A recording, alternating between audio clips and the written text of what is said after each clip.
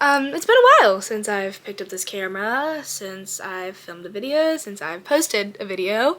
Last time you saw me, I was living in Texas. I had just graduated high school and was a blonde. And obviously now I am not a blonde. But hi, if you don't know me, my name is Lexi. I am currently a freshman here at the University of Alabama.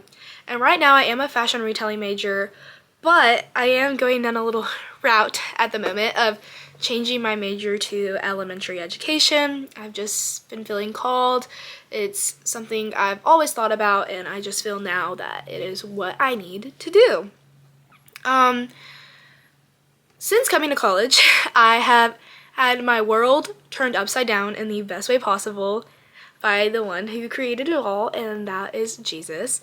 So I figured what better way to come back and say hello again to YouTube than with my testimony. So that's what this video, if you didn't see the title, is gonna be about. It's just gonna be about my testimony, my journey to finding and building a relationship with Jesus. So let's get started. Growing up, I knew who Jesus was. Obviously, I was growing up in the Bible Belt, Fort Worth, Texas. There's a church on every single corner in my hometown, sometimes 2 or 3. There's a lot, an abundance, if you will.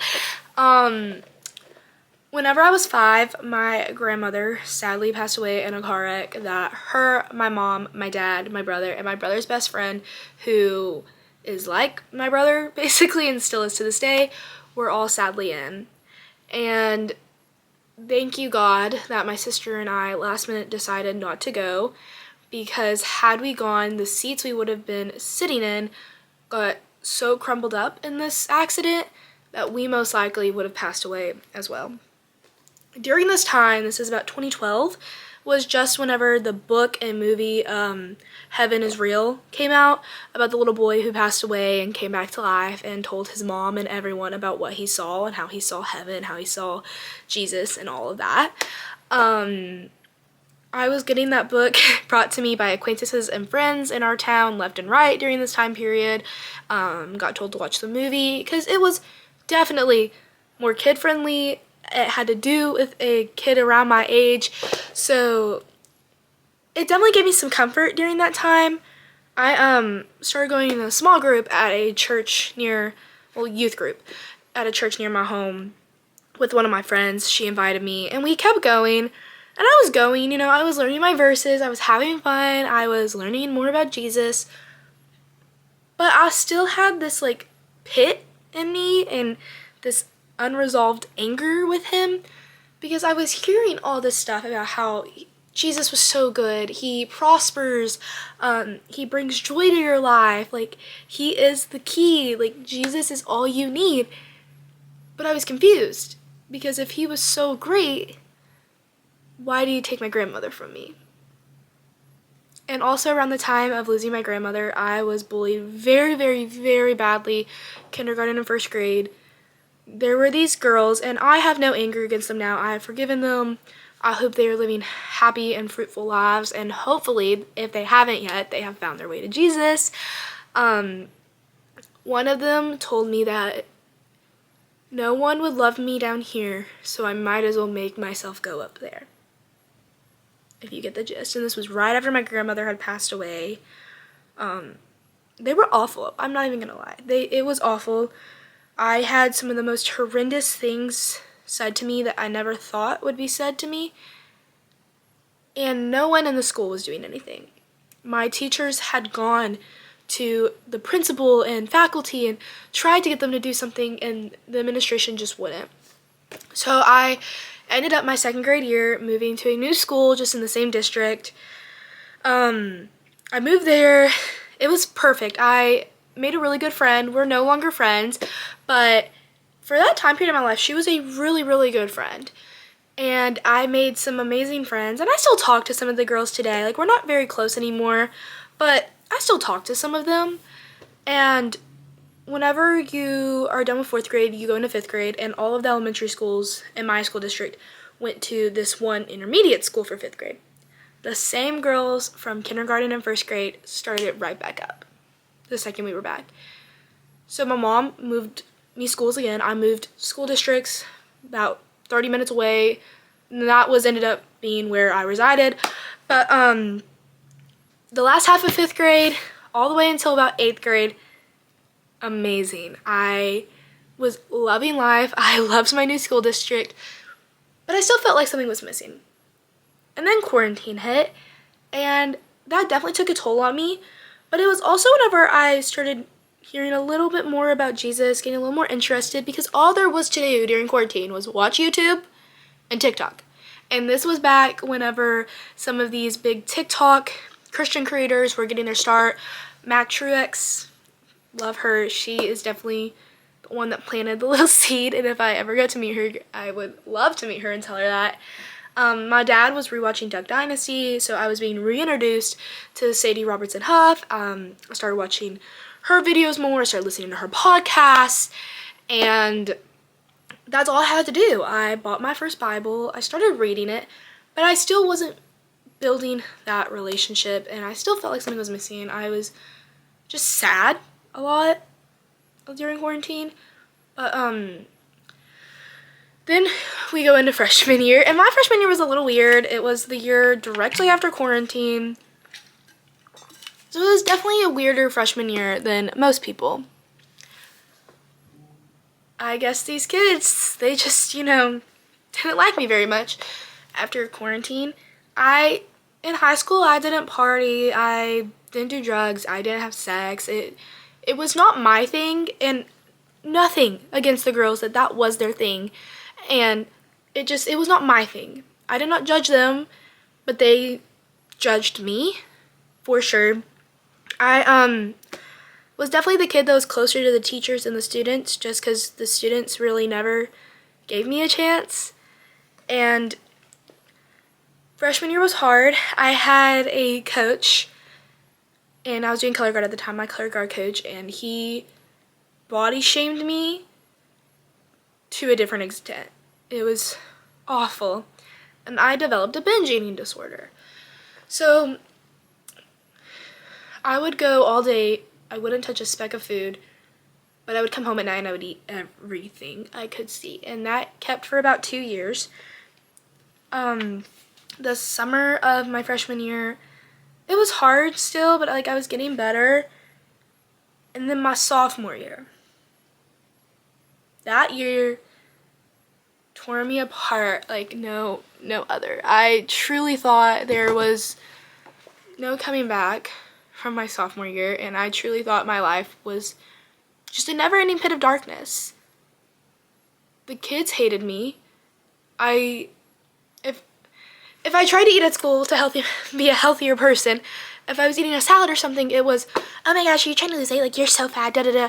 But then if I didn't eat a salad, it was bullying because I wasn't eating a salad and I was fat. And all of this, it was awful. I found out at the end of that year, too, that the girl I considered to be my best friend in the entire world, I swore she was going to be my bridesmaid.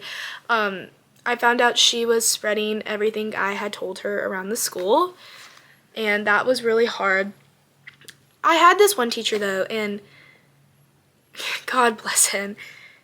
He would let me come sit in his class if I had a class where the kids were being outrageously mean, because I had some classes where the kids were being mean and the teachers would join in.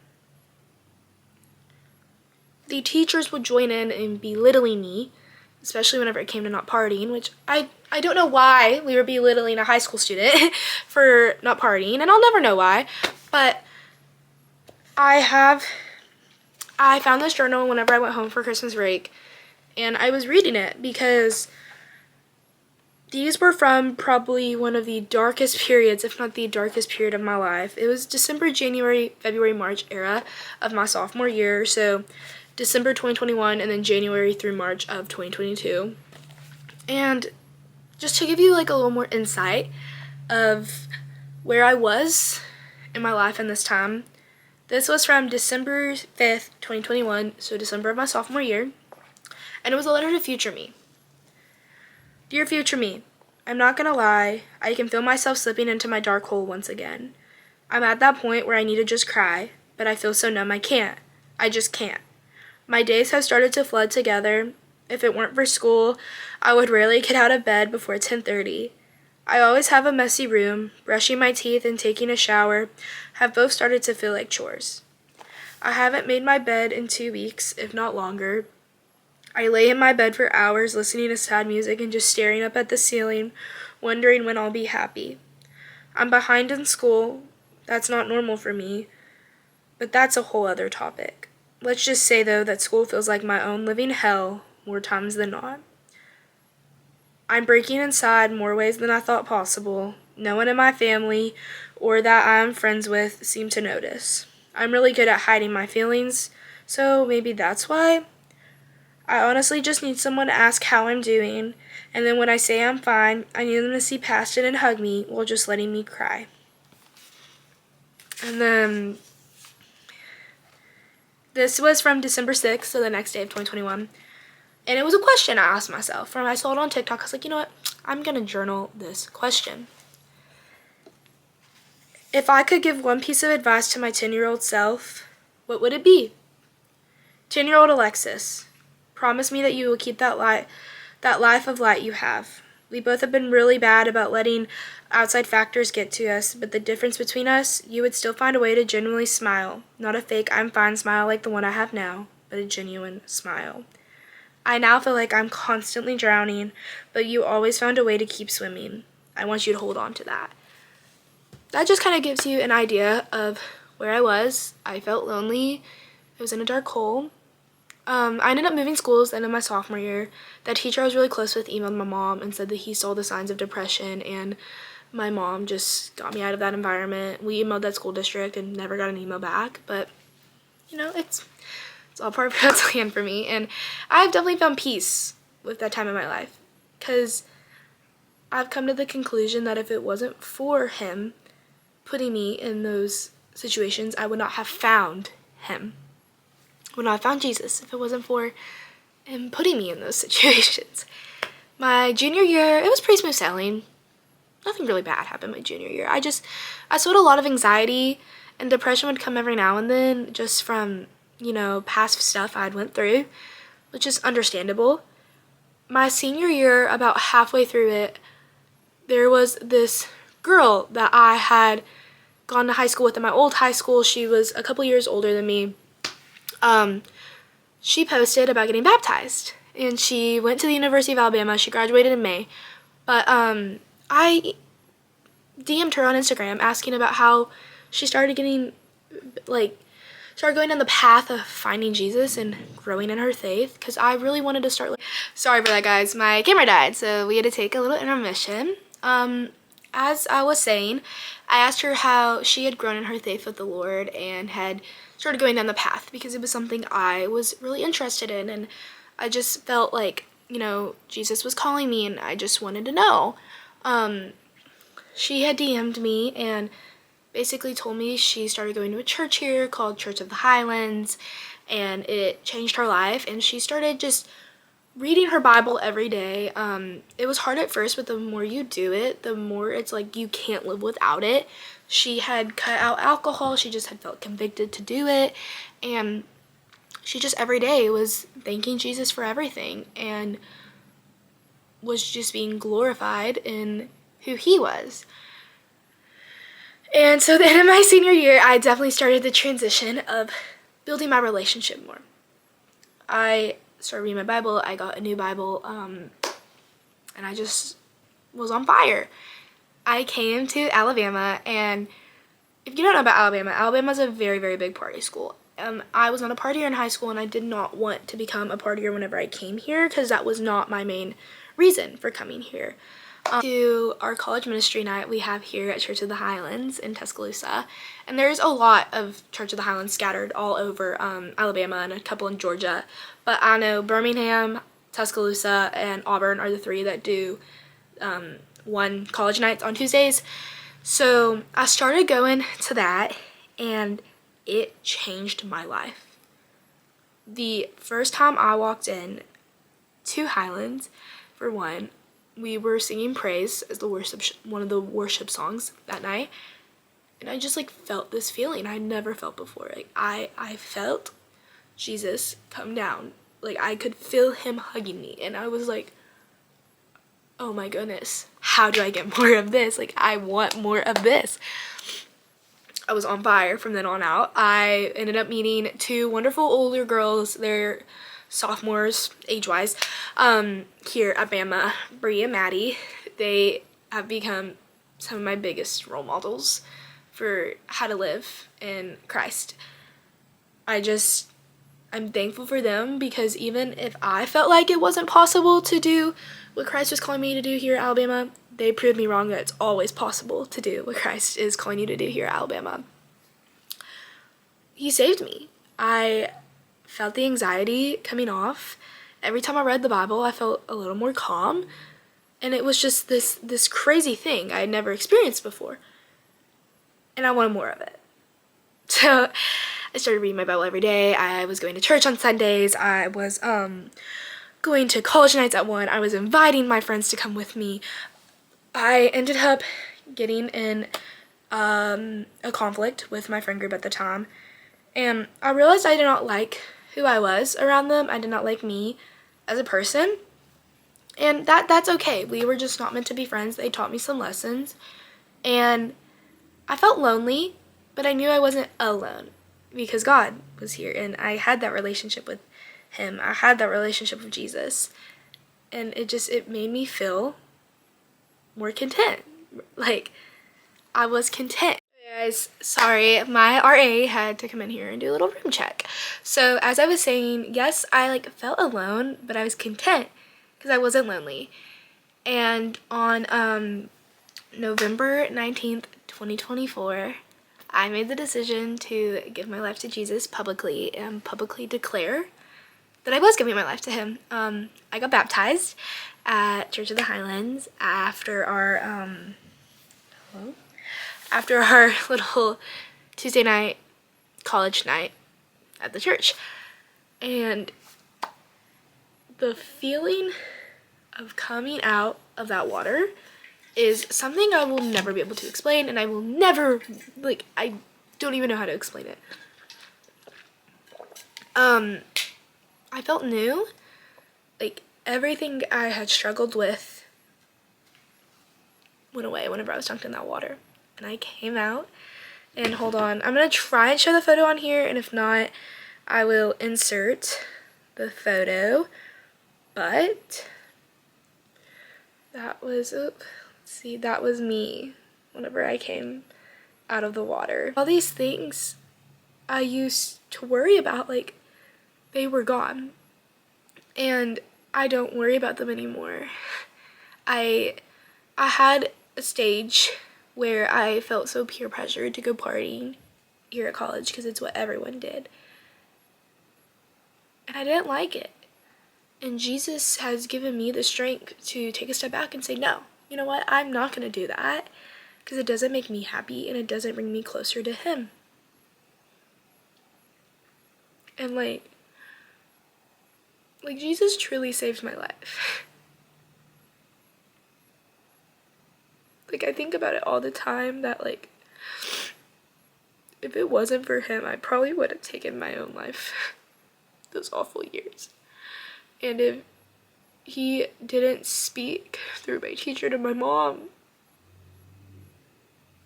and let her know what he was seeing,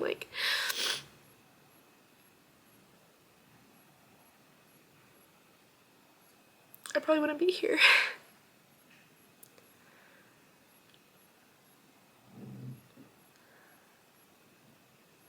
Yes, he's taken things out of my life. He's taken people out of my life that I didn't think I wouldn't have in my life, and things I never thought I'd have to live without. But he's given me so much more. He's given me life.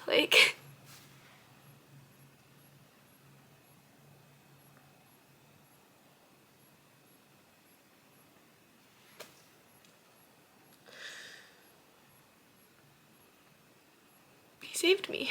I don't have that anxiety anymore. I don't have that depression anymore. he turned me anew. And I just want you to know that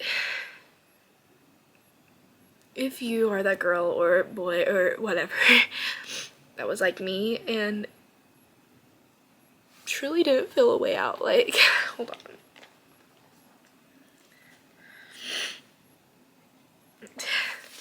Dear the perfect girl, I wrote this December of 2021 as well. I see how you always have a smile in the hallway, and unlike most people, it's a real smile. You have a large group of friends and never struggle to find someone to sit next to in class. After the school day is done, which you got all straight A's, you go home to your loving parents that don't leave you. And my parents never left me. I just felt that way because I felt so alone. You can freely talk to people in your life without the fear of being judged. If you mess up on something or aren't a perfect definition of perfect, you don't get bullied for it, but rather those people help to build you up. These people in your life don't make you cry every day, and you are perfect. You don't have to try. No, there's no struggles in your family, and most importantly, you love yourself. Sincerely, the girl who wishes she was you. And, like, I don't wish for those things anymore. I don't wish to have the perfect body. I wish to be healthy and treat my body like a temple for Jesus, but I don't wish to have the perfect body. I don't wish to fake a smile every day and have that smile every day, because there are some days I don't have a smile, but I still have the joy in my heart. And there are some days I'm like, no, I don't know what you're doing up there, but, like, can we reveal your plan a little sooner? Because, like, I'm having a hard time. And I had periods where I wanted to transfer. I had periods where I felt alone here, and I stuck it out. I kept going with God's plan, and God has now blessed me with the best group of friends I could have ever imagined.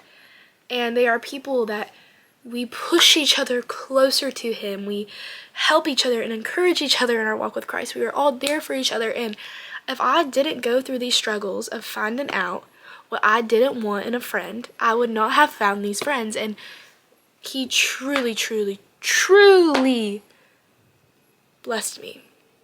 Truly blessed me. God can save your life. Jesus can save your life the same way He did for me. All you have to do is reach out. Take a leap of faith. Faith isn't knowing everything's going to go perfect all the time, because nothing is perfect all the time. The only thing that was perfect was Jesus. Like, that was it. And He got crucified on the cross. Like, for you and for me and for all of us and for all of us to come, all of us in the past, He died for us. So we could, there was like a veil in the tomb between us and God, and the veil fell whenever Jesus died and rose. He died to bring down that veil, to give us eternal life. And just, I'm so thankful for that. And He truly has changed my life. And He can do it for you. Because faith is just knowing that He is there, and all you have to do, reach out your hand, and He'll grab on, and He won't let go. And nothing can pull you from His grasp. Nothing. Just want you to know that. Like, nothing is stronger than the hand of the Father.